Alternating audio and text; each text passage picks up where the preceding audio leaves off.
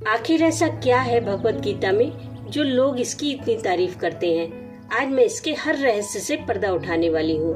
दोस्तों, कोई भी टीचर हमें तब पसंद करता है जब हम उसके सब्जेक्ट में अच्छे नंबर लाते हैं। तो भगवान श्री कृष्ण तो जगत गुरु हैं। अगर हम चाहते हैं कि वो हमें अपना ले तो हमें उनकी टीचिंग्स को अपनाना होगा, भगवत गीता को अपने जीवन में उतारना होगा। तभी हम सही मायने में उनके प्रेम के अधिकारी बनेंगे, क्योंकि जहाँ भगवत गीता है वहाँ श्री कृष्ण है। दोस्तों, ऐसा माना जाता है कि भगवत गीता में हमारी सभी समस्याओं का हल है। दुनिया में ऐसी कोई समस्या नहीं जिसका समाधान भगवत गीता में ना हो। लेकिन जब हम इसे पढ़ते हैं तो ऐसा कुछ भी नजर नहीं आता, हमें कुछ समझ नहीं आता और हम बीच में ही इसे पढ़ना छोड़ देते हैं और सोचते हैं पता नहीं क्यों लोग इसकी इतनी तारीफ करते हैं। क्योंकि जब हम पहला अध्याय पढ़ते हैं तो दोनों सेनाओं के योद्धाओं के बारे में बताया गया है। हमें लगता है कि कौरव पांडवों के युद्ध से हमारा क्या लेना देना, बस यहीं पर हम गलती करते हैं। तो आज की वीडियो में मैं आपको यही बताने वाली हूँ कि भगवत गीता कैसे काम करती है, हमें इसे क्यों पढ़ना चाहिए और कैसे पढ़ना चाहिए। तो अगर आपने भगवत गीता थोड़ी सी भी पढ़ी है तो कमेंट करके जरूर बताएं कि आपको इसमें क्या समझ आया।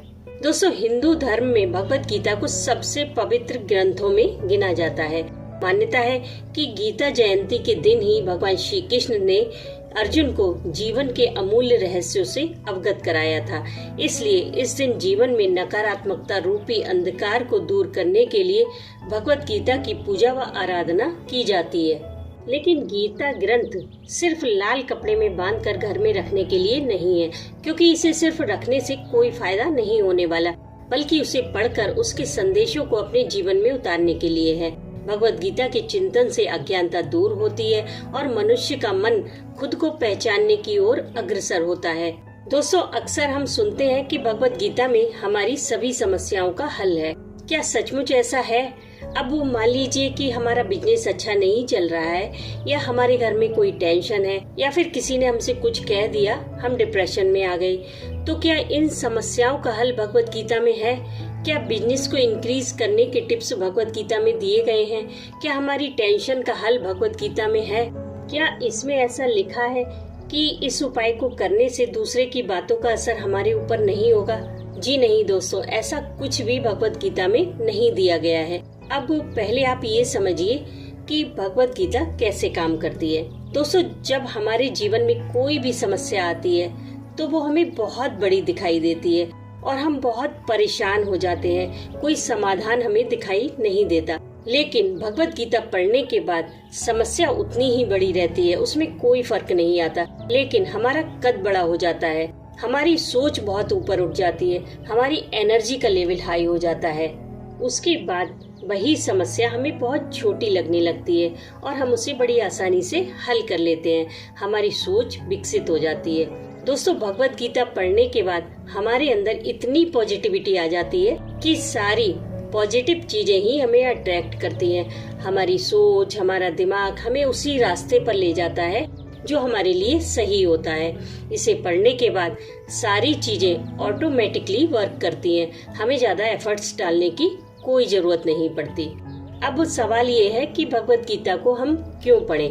दोस्तों, आपने सुना ही होगा कि हर सफल व्यक्ति, हर मोटिवेटर आपको यही सलाह देता है कि पॉजिटिव रहो, पॉजिटिव सोचो, तो आपके साथ भी सब अच्छा होगा। ये सच है, लेकिन जीवन में जब चीजें बहुत खराब चल रही हो तो कोई कैसे पॉजिटिव रह सकता है?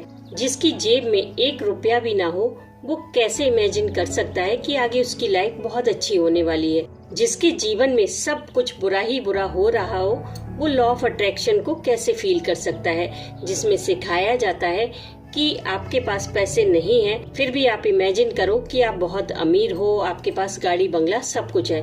नहीं हो सकता।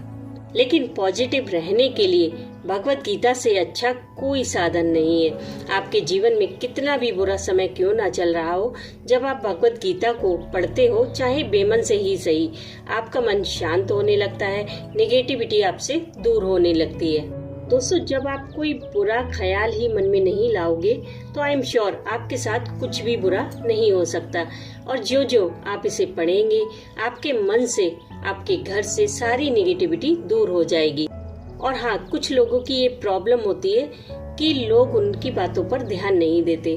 बहुत सारे लोगों के बीच भी वो खुद को अकेला महसूस करते हैं। तो एक बात आप नोटिस करना, जब आप भगवत गीता को पढ़ने लगते हो तो आपके अंदर अट्रैक्शन पावर बढ़ने लगती है।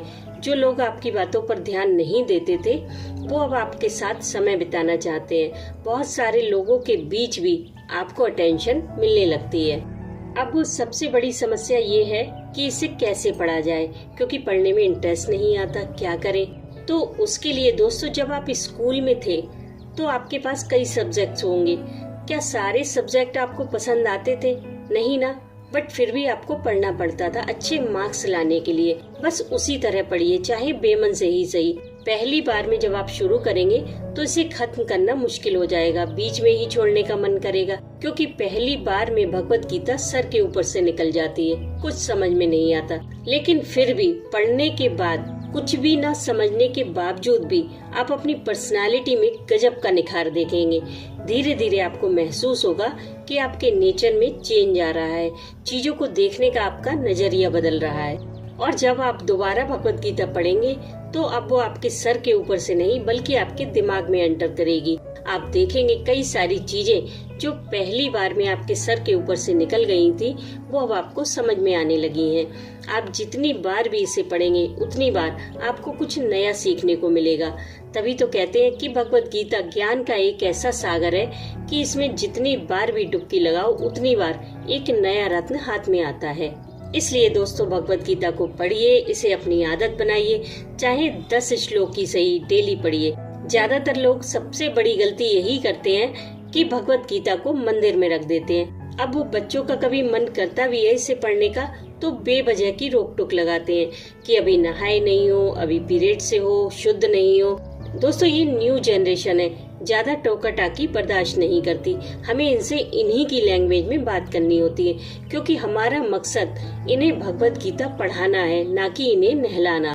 इसलिए सबसे पहले भगवत गीता को आप मंदिर से हटाइए, इसे किसी ऐसी जगह पर रखिए जहां सभी लोग बिना किसी रोक टोक के इसे पढ़ सके।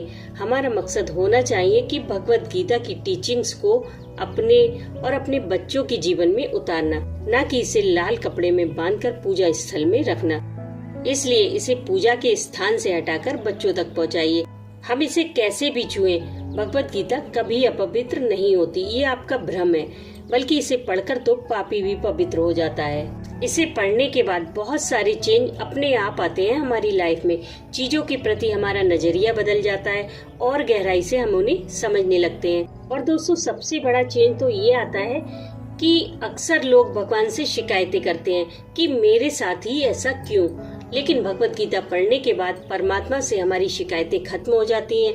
हम उनसे मांगना छोड़ देते हैं, बल्कि जो कुछ भी उन्होंने हमें दिया है उसके लिए हम उन्हें थैंक यू बोलना शुरू कर देते हैं। एक सेटिस्फेक्शन आ जाता है हमारी लाइफ में, और सेटिस्फेक्शन आते ही परमात्मा में हमारी श्रद्धा और भक्ति बढ़ने लगती है, हमारे कर्म शुद्ध हो जाते हैं। इसलिए इसे कोशिश करके पढ़िए, अपने बच्चों को पढ़ाइए, अपने माता पिता को पढ़ के सुनाइए और ज्यादा से ज्यादा लोगों को इसे पढ़ने के लिए प्रेरित कीजिए, ताकि हमारे सुंदर सनातन धर्म का सही मतलब लोगों को समझ में आए कि सनातन धर्म एक विश्वास है, न कि अंधविश्वास।